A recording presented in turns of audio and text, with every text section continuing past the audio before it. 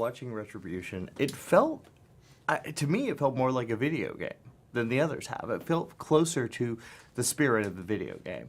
Was that the intention, or? Yeah, definitely. I mean, I think there's always been a video game aesthetic in the franchise, you know, in the way it's composed. But this one, I think Milla fighting her way across these different environments, it definitely kind of suggested kind of different levels in a video game, with each level having kind of like a boss battle at the end. So I think it just felt like a video game. The structure kind of naturally, it wasn't an intentional thing, but you know, as we were making the movie, I'm like, this really does feel like a video game. I guess I've played so many of them, it's not surprising it kind of like seeps into the work I do in movies. A lot has been talked about, the bringing so many of the fellow cast members in. Finding a way to do that. What was the challenge of it, and when did you know this was the right way? Well, I think in the third movie we introduced the idea of cloning, which kind of opened the door for the potential return of these characters. And it's something I've always wanted to do. I mean, I missed working with Michelle so much. I mean, she's such a doll. I mean, she's so great. She's such a good energy to have around. And she works so well with Milla. I mean, the two of them are hysterical together. And they play off one another really, really well. And I thought that dynamic they had in the first movie, I was very keen to try and repeat that. So I've been looking for a way to bring her back to the franchise ever since we killed her in the first one. Can't believe you killed her in the first one. Well, man. she told me at the time it was a mistake. I mean, I remember vividly having a conversation with her. She had a bullet hole in her head. She said, you know what, Paul, you'll make a big mistake here. You're going to regret this. And of course, when the movie was done, I did regret it. Because I'm like, oh, why did we kill her? She was so great. But now we have the fun of working with her again. Yeah, and it was a fun way to bring her back. And it seems like, I mean, again, how far can you go with this? How far do you want to go with this? Because you could go a long way. You know, my feeling about Resident Evil is it's a franchise, a feature film franchise that was born out of passion. I mean, everyone had a real passion to make the very first movie. You know, I wrote the first screenplay on spec. You know, it was not like anyone was... It was a hard movie to get made. And Milla really wanted to be in the movie. She was a fan of the video game. Michelle almost begged to be in the film. She was so crazy about it. You know, everyone was there for passion. And because they loved the subject matter, they loved Resident Evil. And that's continued. And I think that's why we make these movies. You know, it's not one of those franchises where everyone's like, oh, I have to make another Resident Evil, but... you know, I want to buy another house. You know, it's kind of like no one's there to collect a paycheck. Everyone's there because they have a really good time making the movies and they really enjoy what they do and they're passionate about what they do. You know, Milla christened this shoot kind of Camp Evil. Yeah. And it felt like that. It felt like all the actors were going to camp together. And I think as long as that passion continues, that's why we would continue to make the movies. Talk a little bit about the 3D process and how you approach it, because the 3D here is, I was right in front, blaring at me. It was very intense. What was it like for you going in, and would you ever do a film like this without it? You know, I love 3D, and every movie I've made since I started working in 3D has been 3D. I love it. I think it's very immersive. I think for the right kind of film, it's an awesome tool for a filmmaker. I believe that it has to be native 3D, which means you have to originate the movie in 3D and actually shoot 3D. I don't like conversions. I think if you have all the money and all the time in the world, you can do an okay conversion. I thought Titanic was okay, and I've seen bits of Star Wars, looks okay, but it's still not as good as shooting in 3D. I think the quality of the 3D is so much better. So I think if a movie is mounted correctly, the 3D can be really intense. And I like it because it's immersive, it drags people into the screen, but I make no secret of it. I like stuff kind of flying out as well. I like putting stuff in the audience, and I think the audience do too. I mean, I think a lot of critics, I've noticed, are very kind of snooty about, oh, stuff flying into the audience. But you go and talk to a real audience member, which I do obviously a lot, and if they've paid those extra few dollars for 3D, and there isn't shit flying above their heads, they feel robbed somehow. It's like, well, you know, why did I bother watching it in 3D? If I wanted it to be all flat with a little bit of dimension, I may as well watch the 2D version. Exactly. So, I mean, I think we try and give people, you know, value for money. I mean, that's my approach to 3D is, you're asking the audience to pay an enhanced ticket price. You better give them an enhanced experience when they're in the cinema.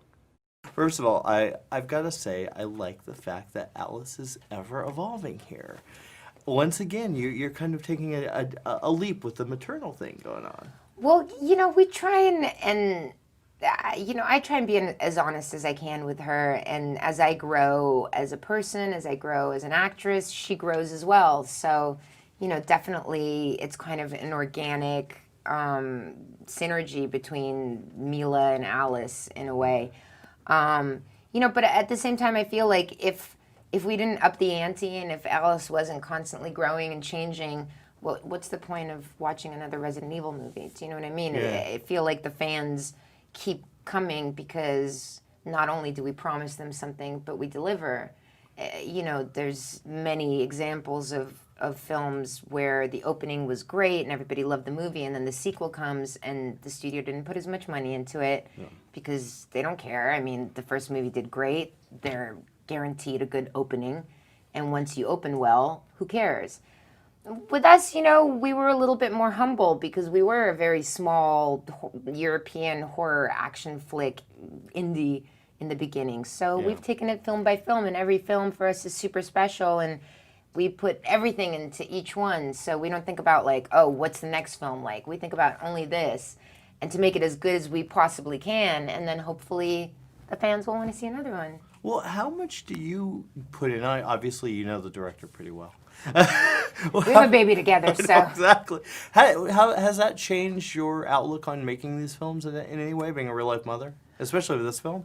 Well, definitely. I mean, being able to work with the little girl that plays, Alice's daughter in this movie was quite amazing because I don't know if I would have been able to work with her that way if I wasn't a mom. Yeah. Being a mom and having that patience and understanding how to communicate with a child, and also helping her make believe, helping her get into the moment of what was happening.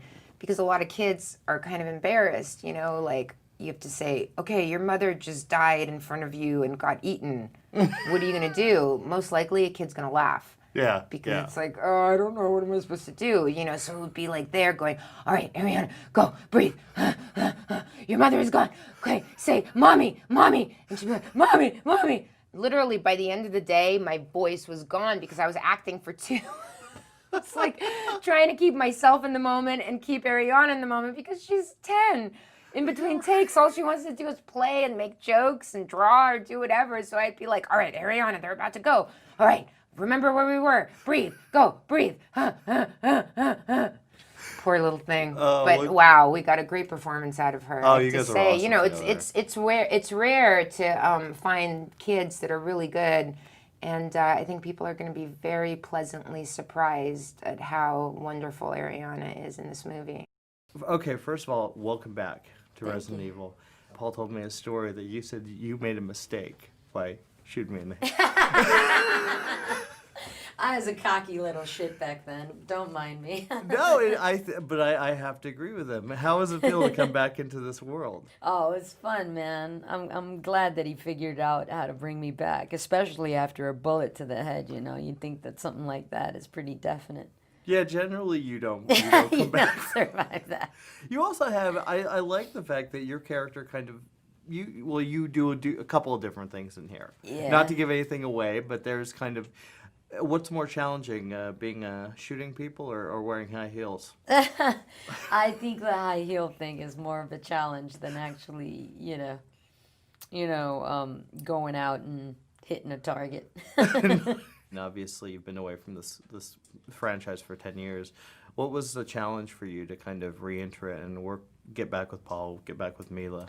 It's kind of effortless, that aspect of the whole thing, but just because they're so cool, so down to earth, and I remember Milla and Paul before they, when they were still courting each other before they got married and had a gorgeous baby girl, and the producer's still on board, and a lot of the people who work on the film, on the original film, are still on board today. It's just kind of, like returning to an adopted family, kind of thing, I love it. I think this whole franchise thing, I love the idea that, that people, can keep these themes alive. It's kind of like having a comic book franchise, but on screen. Mm-hmm.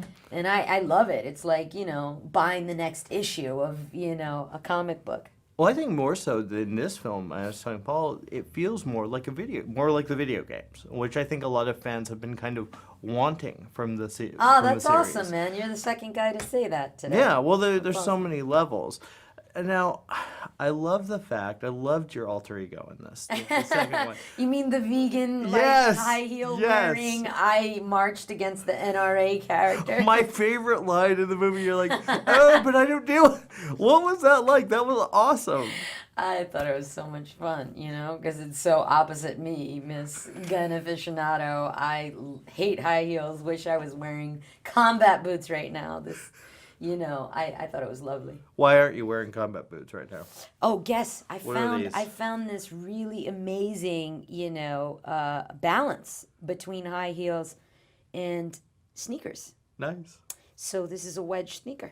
A wedge sneaker? Yeah, you get the nice ass that you get from wearing heels, which is why women wear heels. That and because they want to be taller, and you get to be comfortable in a sneaker, Nice. as opposed to be wearing this thing that's like, you know, sadomasochistic object of affection, which is a stiletto.